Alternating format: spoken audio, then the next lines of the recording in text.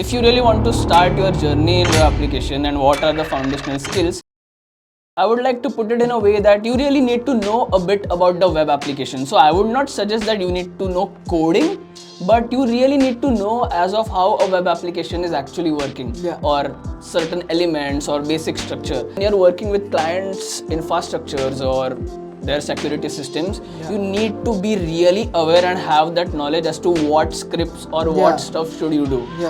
Understand that, try to implement, try to learn about it, try to find new ways to do that as well.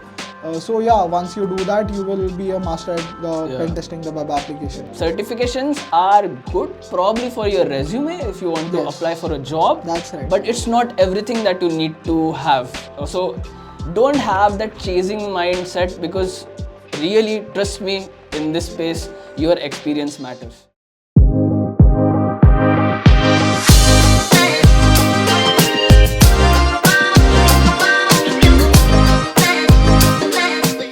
Welcome to another episode of Fox Talks, and today we are going to have a podcast which is not a lot of technical but basically common questions that a lot of people really face in the web application security space.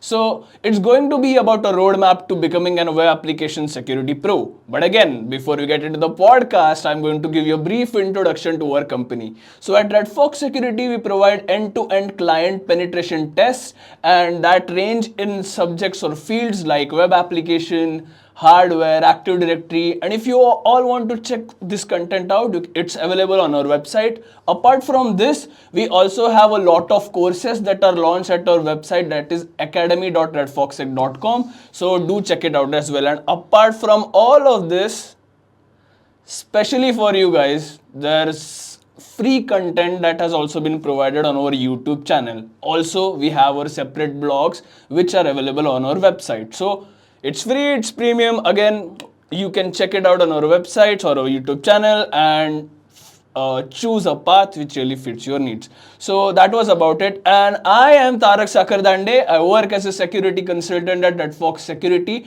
And with me today, I have Joe, and he is going to brief you up with the podcast and what all stuff that we are going to discuss. So Joe, can you give them a brief overview of what this podcast is going to be about? Yeah.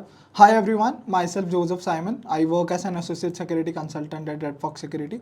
So in today's podcast, we will be talking about the pen test roadmap, the web application pen test roadmap. We will be discussing the methodology of web application testing as well. We will be going through the methodology, the type of methodology that we use typically in our pen test. So that's it. Sure, that was a great introduction from your side. And again, we are going to now, because the introduction's done, we are going to move towards the main content. So the first question goes what are the foundational skills required to start a career in web application penetration testing?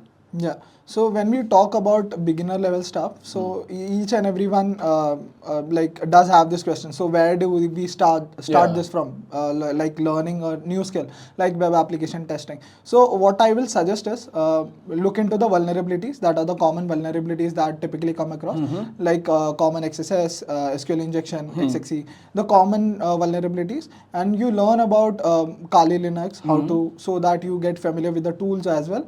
That will be that you will be using in your pen test, day-to-day pen test.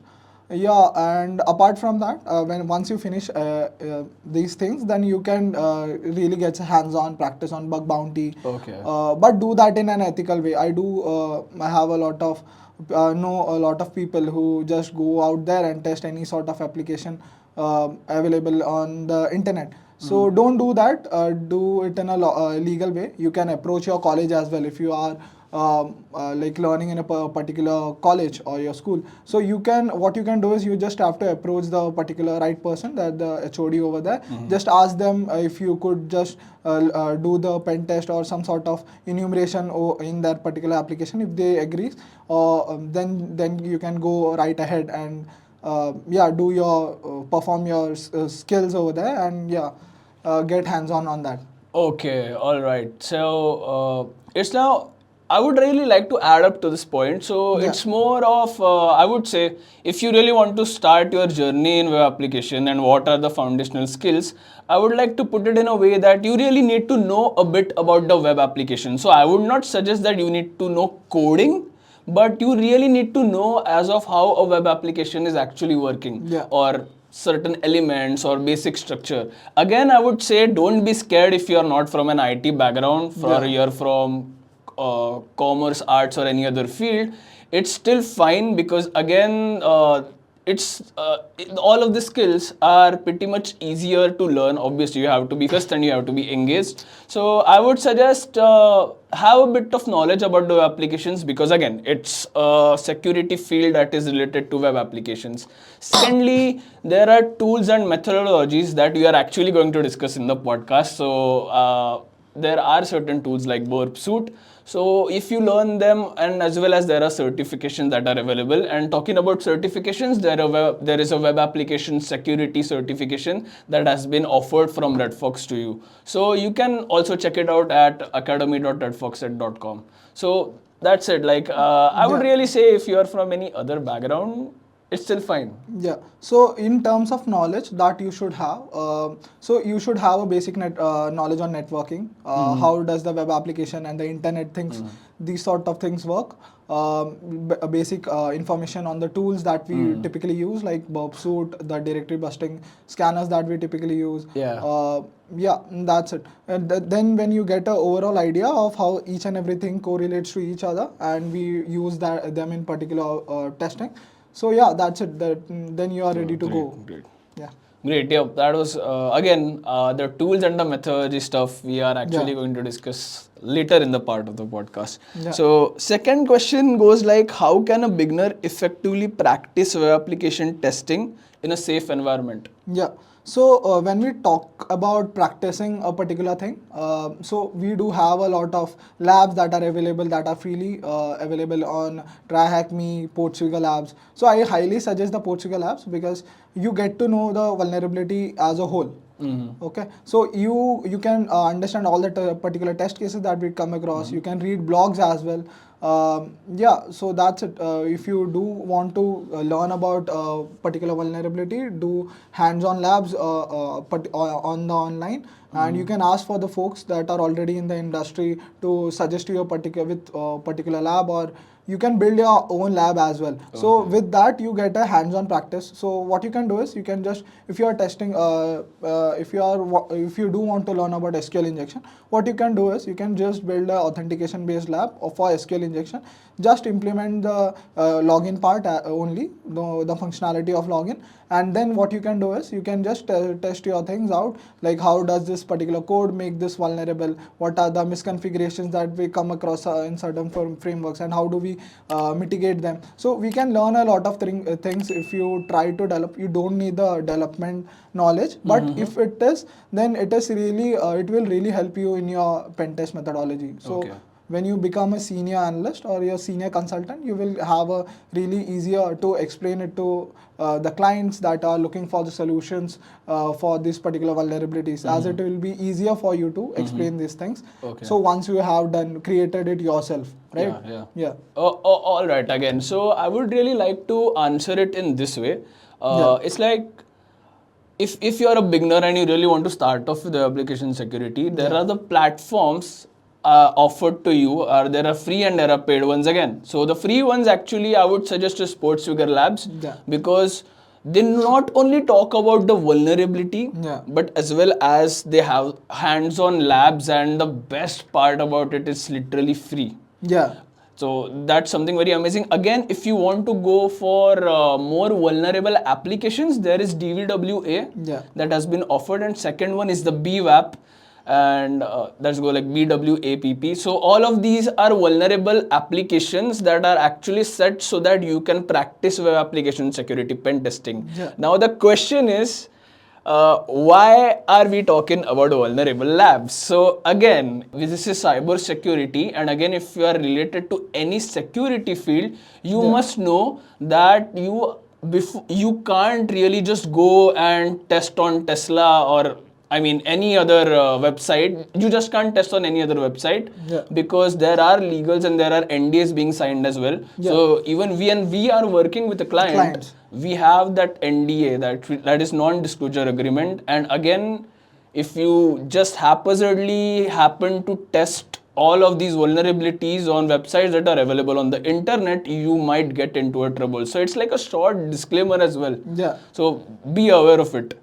Yeah. Yeah, and again, I mean, even in my personal journey, a lot of times what happens is that when you are in college, or let's say you are just starting off, and then you make that shift into working space. Yeah. The problem is that real life environments are a bit different from the vulnerable Yeah. labs. Not every time, but a lot of Yeah, times. right. So you must know what all skills are required Yeah. in order to perform your best in a real world environment. And for that, I would really recommend that you check out our course that is related to web application security pen testing, because it's not something that is really made for a vulnerable lab. Again, it's hands-on labs as well, but it's more of real world stuff also.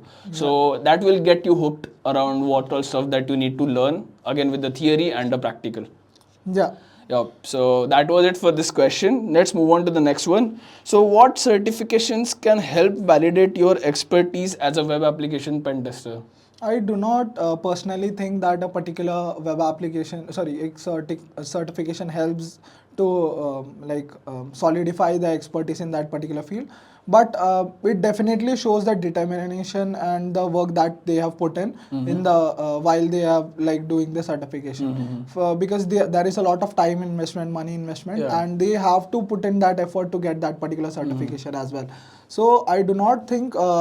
The experience trumps all. So if you do have a person who has a 3 years or 4 years of experience compared to with a guy with just a certification, the experienced guy wins because they do know a lot about not only about the vulnerability, they do have a understanding about the application that they have tested, what are the common things that comes in real world scenarios, and how they also know how to mitigate that particular vulnerability so that it is helpful for the clients as well. So they will be able to perform better when compared with the certified person. Okay. When we are only talking about only the certification and the experience, but a certification is good if you do have the knowledge as well to back that up. Okay. So I mean, I completely agree with the point, but again, it's like if people are starting out, I think your answer was really on point. Yeah. But it's I mean, it's really important for those who are actually they are chasing certifications so much that they feel this is everything all. that this is all, and this Yeah. is something that's going to make me a pro or something like that. But again, that's not really the case, because in this field it's all related to security, and you must be, and when you're working with a client, see, if it's a vulnerable lab or a certification, you might as well do something that it really doesn't matter again, because it's set up in a way, right? But when you're working with clients infrastructures or their security systems, you need to be really aware and have that knowledge as to what scripts or what stuff should you do. So again, certifications are good probably for your resume if you want to apply for a job. That's right. But it's not everything that you need to have. So don't have that chasing mindset, because really, trust me, in this space, your experience matters again. So I do know a lot of people who do not have a particular certification, but they are best at that work. They know every nook and cranny of each and everything of that particular expertise that they are good at. So they know each and everything, like the mitigation, the vulnerability, how is how this particular is misconfigured in that particular web application. So so experience beats all. That's what I'm going to stick with. Experience. Let's go. So okay, sure. Then moving on to the next question, there is a step by step. How do we master web application testing? Okay. So when we are talking about web application testing, we need to understand the attack vectors that a web application has. For example, if a typical web application, if it retrieves data, so it will have a database from which it collects data and shows it in a represent itself in a web application. So you need to understand the attack surfaces. For example, what are the server of that particular application in which the application is running, what are the frameworks it is used. So if you do have a knowledge about that, you will typically you will understand or try to your pen testing will be a lot easier and you will have a lot of success with that. So what I typically suggest anyone is, first learn the vulnerabilities one by one, and then try to find the misconfiguration of why that particular vulnerability arises. And once we do with that, also try to learn about the server-side code, or why does that particular vulnerability in the arise in that particular application on the main level, like on the code level. Understand that, try to implement, try to learn about it, try to find new ways to do that as well. So yeah, once you do that, you will be a master at the pen testing the web application. Yeah. Again, I think I would really like to add a point as well. Yeah. So, mastering web application is really, it will take a lot of time and you have to invest. So, Right.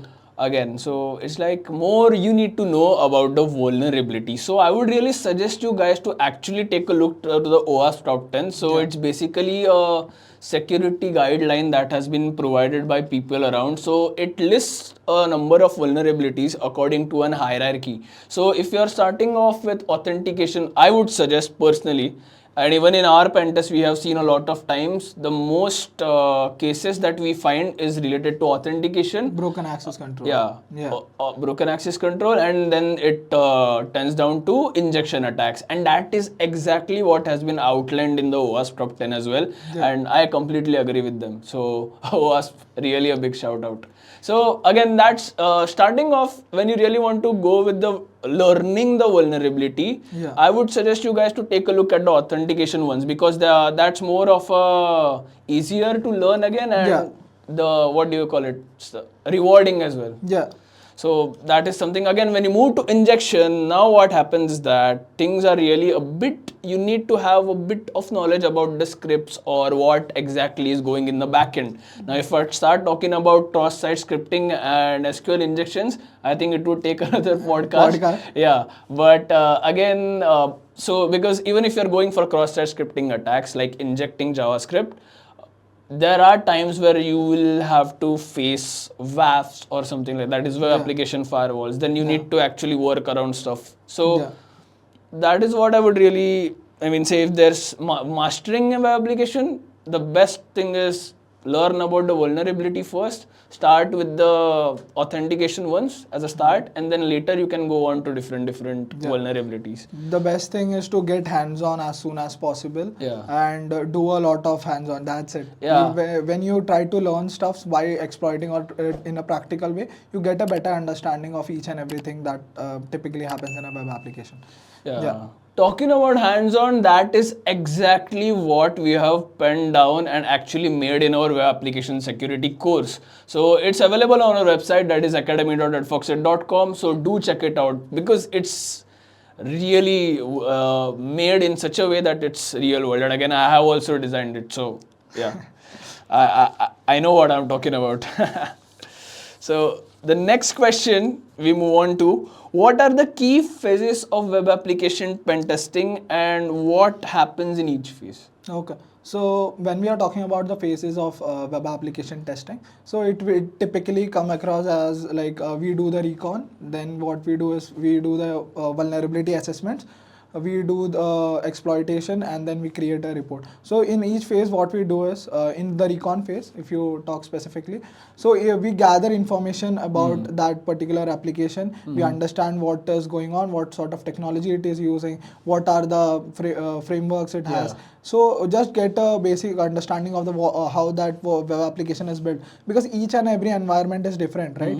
And it might be that particular vulnerability web application has only a specific type of vulnerability, because that is designed by a specific developer, right? Yep. So they might be sanitizing each and every input fields, but they might be not really good with the access control mechanisms. Yeah. So they might try to build a web application specifically. They might think that it is a secure web application, as they secure each and every input field, but they might not understand how these whole frameworks and everything is implemented as web applications. When we talk about from a security perspective. Yeah. Oh, all right. Again, I would really like to add something to this as well. Yeah. So when they are talking about key phases, there are actually 5 phases, if I'm not wrong. I will count it out. So the first one is actually reckoning, where you get more information about the web application. The second one is actually scanning, which Redfox doesn't really advise, and if you ask me why, I will get to that answer again. So after scanning, you have assessment, vulnerability assessment, where you actually assess the web application and try to find vulnerabilities as possible. The fourth one is actually exploitation, where you know the input field, or you know the vulnerable parameter or the field. And now this is the exploitation part. Now you are going to test if there's an XSS or an HTML injection, or people's favorite SQL injection again. So, and the last one that is very important and is been emphasized by a lot of times at Redfox, that is reporting. Reporting is one of those phases that every security consultant must know and must have as a pen tester, because again, this pen testing industry is not only about finding these vulnerabilities and reporting them. You should be able to pen down the whole exploitation phase and all of these things into a good outlined report, so that even you understand and again the client understands as well. So that is something that is really important. So these were the 5 phases actually that were really important while doing a web application penetration test. I hope both of us have really given you an answer which is satisfying. Just to give you guys a point on the scanning part, what Tarak talked about. So when he means about scanning is not the automation testing part, because like when we use a type of automated testing tools on the pen testing application that has been provided to us, so it might be that they might use some particular payloads which will result in a devastating outcome for the client. So we don't typically use the automated scanners. What we do is we manually craft payloads for a particular endpoint. For example, if you do have an XSS field, what we typically do is we first do a pop-up, and then we try to privilege escalate by retrieving the cookie as well. So that is what we talk about when we are trying to exploit a particular vulnerability, like XSS. So in the vulnerability identification phase, what we do is we identify there is an XSS, and we try to create something like exploit it to another level, so that we can provide the most impact to showcase the client. And provide it with a beautiful report as well. Exactly. Okay, now it's like the scanning part. I will tell you the whole fiasco or the whole problem with the scanning things. So what happens is that nowadays, even I am on LinkedIn, and I see a lot of posts going around, or there are times where not only on LinkedIn, I'm so sorry, on YouTube or blogs, there are people or actually suggesting applications that automate the process of actually finding the vulnerability, something like related to XSS. So what happens is that once actually one of my fellow, what do you say? One of my friends. So he was actually testing on something, and he actually used it in his actual pen test. And what happened is that the tool actually created it started injecting payloads, cross-site scripting payloads, and you won't believe it, he was not actually able to delete those injected payloads because that field was not deletable by default in the web app. So again, you need to know. So if you are, because see, cleanup is something that is really important when you are working as a security consultant, because you are injecting payloads. Again, you need to be aware, hey, I can do this, but am I able to delete this stuff? Yeah. So you can understand that, right? So Yeah. if that particular tool used about 1,000 number Exactly, of payload, that's it will exactly give what 1,000 happened. type of pop-ups each and every second Yeah. when we open a particular field or a particular directory. Yes. So I do understand that. I did have a experience as well. So what happened was my colleague was testing on this particular application and he used some sort of SQL injection tool. So Yeah. what it did was it deleted each and every field in that particular table of that particular application which that particular application was using. So luckily that was an UAT environment, so it was not that of like the impact was not that great, because if it would have happened on the production environment, you can like understand the chaos that it would create, right? So it will it is really advised that you use manual testing methods, because for understanding a particular vulnerability that it exists, it does not take a particular payload, like crazy payload, sophisticated payload. When we do the exploitation part is where we have to create a bigger payload or understand what goes on behind, right? Yeah. Yeah, again, it's really amazing because we are actually helping you guys understand the mindset that you need to follow again when you are actually web app pen testing. So you don't need to be hackers. You just need to be like doing the pen test part really carefully. Don't disturb the client environment. Just follow the ROE guidelines that the client has provided with you. Yep, exactly. Great. Moving on to the next question now.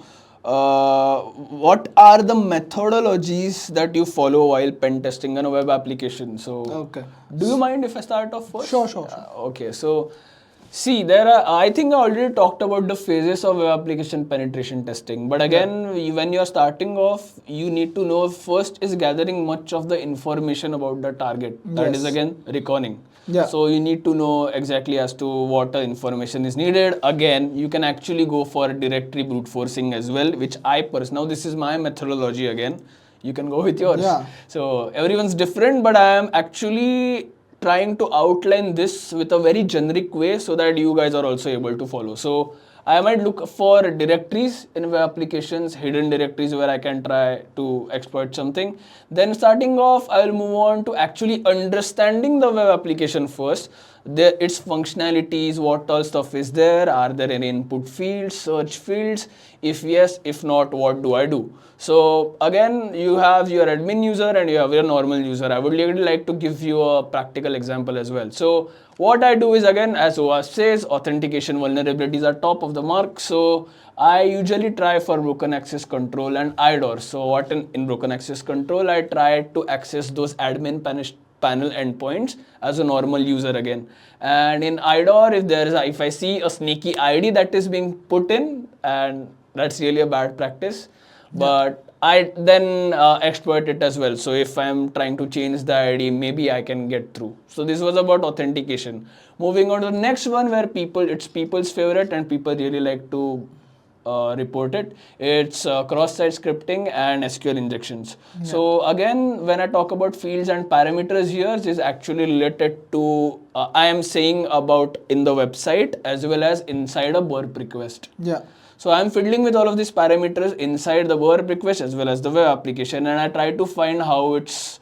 So for example, if I'm doing cross-site scripting, I would try to inject a normal text. So let's say I start off with the HTML injection, that is HTML code. I use the header tag, and I see where it's actually being placed in the web application by using the inspector tool. I try to understand where is it going.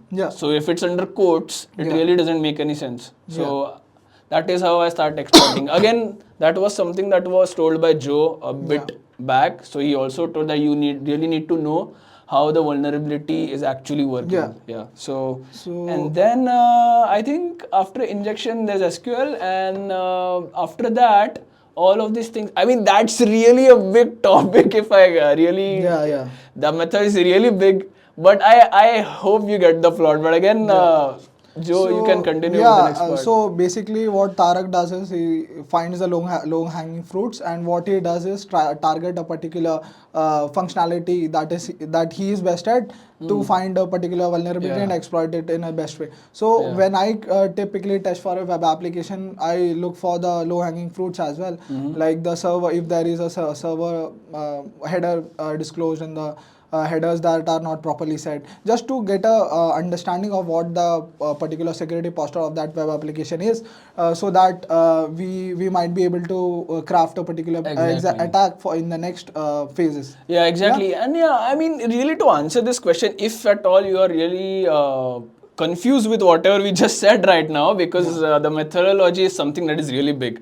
So how about we have another podcast that is related to all of these specific vulnerabilities, where we actually pen down how these vulnerabilities happen, and again we can have presentations for you to exactly understand what path you should actually follow. So right. That particular podcast will contain the methodology that we typically come across. For example, the methodology which Tarak told, that is completely different to mine. So what I typically do is I go for the critical most functionality, like if there is an account page, so I will go for the IDOR vulnerability in that particular account to retrieve the information about that particular user.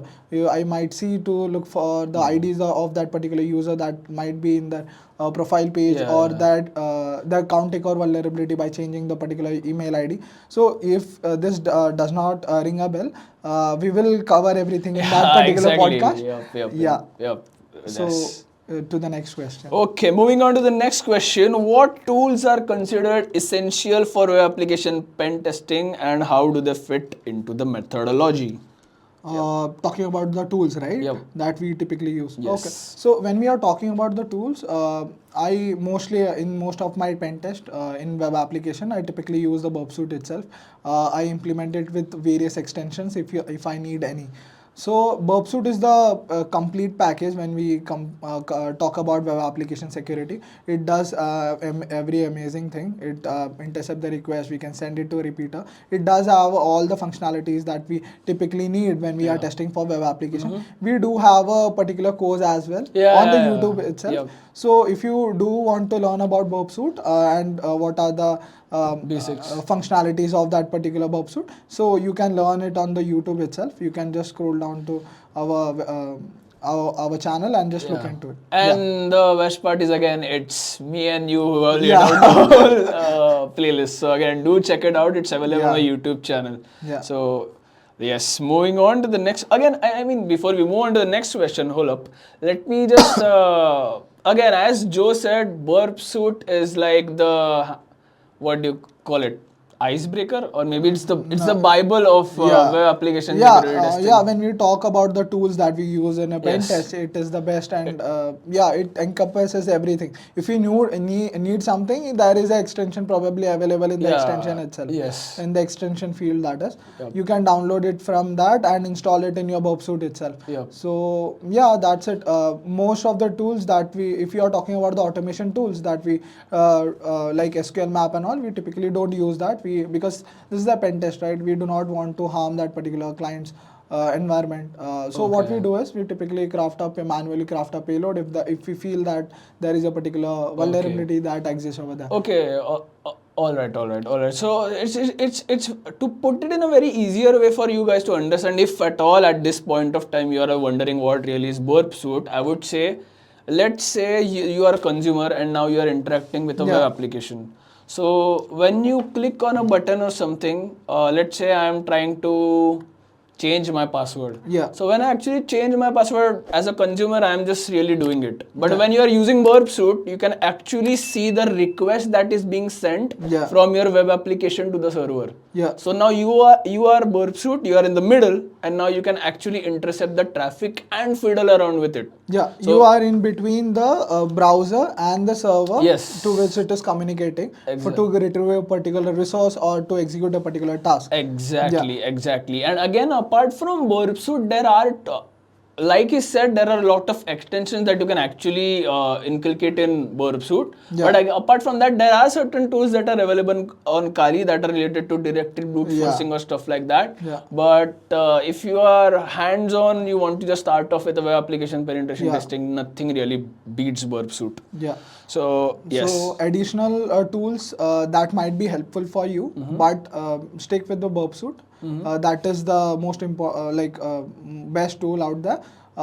Yeah, you can use to other tools as well to improve your arsenal if you are looking for a particular bug or something like that. So that's your own methodology. Please do feel free to develop your own methodology. Don't stick to you just fiddle around and figure out what works for you best. Yeah. But again, if you really want to have a proper laid out methodology, let us know in the comments as well, because we will actually deliver it to you hands on, where we have proper step by step as to what you really need to do. Yeah, we will talk about what our methodology is, and feel free to take whatever feels good to you, and just implement it in your web testing. And then if you do like that, then go ahead with it. Yeah, sure.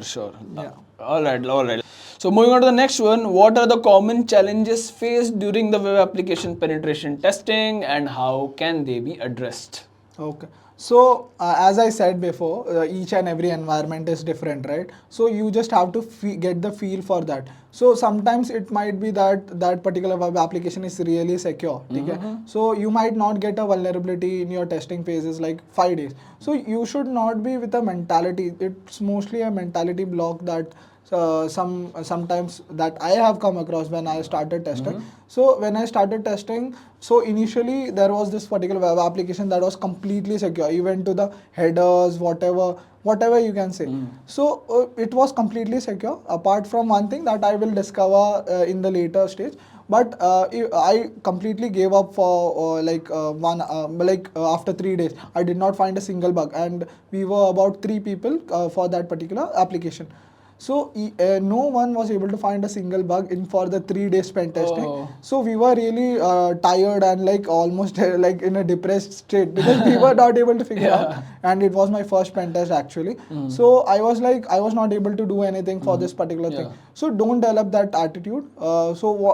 You can learn about new things as it is a new environment for each and every engagement. Try to learn as more as possible, and go ahead with a positive attitude. So sometimes it might be that particular web application is completely secure. And that is not a bad thing. Exactly. A lot of pen testers, they're like, if the application, they get frustrated because they are not finding any vulnerabilities. But hey man, you're actually working for a company, and your work is actually to help them have a secure environment. So if you are not really able to do it, don't be sad at it. It's a good practice again. Oh, that was one of the mental block that I come across when I started out. So there might be something you might not be familiar with a particular type of vulnerability when you are testing for that particular application. And when you see that particular functionality, then what you can do is you can research on your own on that particular own. You can ask for help from your colleagues or friends and get to know about that particular vulnerability or particular functionality a bit more, to understand and test that particular application. Don't worry, no one knows everything. Just have the curiosity and the determination to learn and learn new things. That's it. It was really it was not a technical. It was so kind of you to actually lay out your experience as well. So even when I started out, I will tell you a story.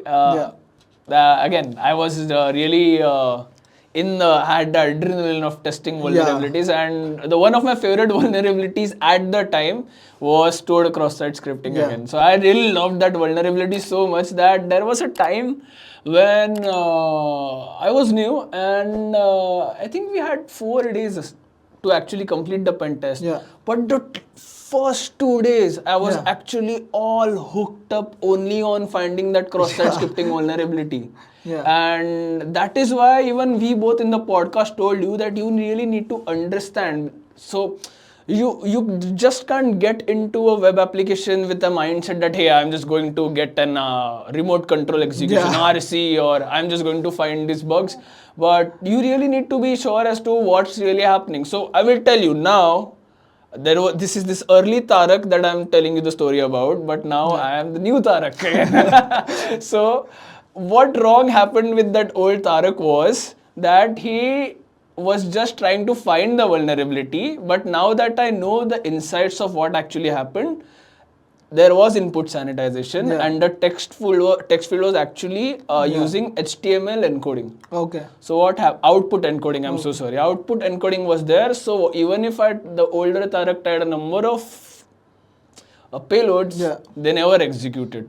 So that is something that even I would really suggest, because don't go after a specific vulnerability because again there is a time duration. It's not free flowing. So you need to know, hey, I have to pen test, I even have to report it, and I even have to go for client readout. So be sure about it. You want to add something else? Yeah. So as Tarak said, I would like to summarize that. It will be really helpful in your life as well. So don't fixate on the ideas that Now you we are currently have. Just go with the flow and try to learn and implement new things. That don't forget to try something out new. That we in Redfox we typically do that. We just try to see the implement the things that we are told. So don't fear about that. Whenever you are trying to do something new, you will obviously you will find some mistakes, but try to improve in your next time. That's really like having deep talks in Fox Talks now. So now we are, apart from technical, we are going to, that's life advice again from your side. I hope you will implement it, I'm sure. So moving on to the next question is, how do you approach communicating critical vulnerabilities to non-technical stakeholders or clients? So that is where the importance of reporting comes in. So when we are talking about a particular vulnerability, for the client, so client does not understand this particular jargons of what this vulnerability does, what is this particular thing that is happening in their web application. So what they are concerned about is how are these vulnerabilities impacting their particular web application, and what are the mitigations that you could provide. So if you are trying to break into web application security for the beginners, try to not only learn about the vulnerability but also the mitigation and why does this particular vulnerability happens, so that you have an overall approach, so that you can simply explain these things to the clients, and to write a good report. That exactly lays out why I explained Verb a while back with a more generic approach, because I was considering all the non-technical people as well who are watching this podcast. So that's how it is. So hey, you are technical, you are a cybersecurity pen tester, a security consultant, again like us, you know what's going on. But the client is like, hey, I am just getting my web application get a proper security. I'm making sure that the infrastructure is well intact and you are actually doing the job. So you need to explain them what exactly is happening. That's it. So, okay, that was, again, before we close this podcast, can you talk about your journey as well, so that a lot of audience can relate about to it? learning about web application security. How you started off, what all challenges and stuff. So that will be a complete... Again, a part of Deep Talks at Fox Talks. So, Joe... so that will be a long story, but I will cut short into a few phases that I have come across. So initially, when I was in my doing my masters, so at that time I wanted to get into some field. So I was not sure about what I should do when I complete my masters. So I tried doing learning about the basic stuff about cybersecurity, the basic networking aspect, and how the web application works. After that, when I completed that, I got an internship, and I started learning about how that particular web application works. I also made some few of the labs to understand this a bit better, how web application works, and implement that particular exploiting methodology into my testing, and then I got a job. So in my job, what I used to do is I typically used to find a particular functionality, and I used to open a research subject over here. Like I used to have two computers. One was used to testing, and one was for the research. For when I used to test that particular vulnerability, I used to go through each and every blogs that I could come across, and each and everything that that particular functionality might hold. For example, if you are talking about file upload vulnerability, what are the test cases to perform? Like double extension, null using the null payload, and few more. Changing the MIME type and everything, polyglot file. So I used to do that, and in 2 months I completely learned most of the basic vulnerabilities that I come across. I learned in in practice.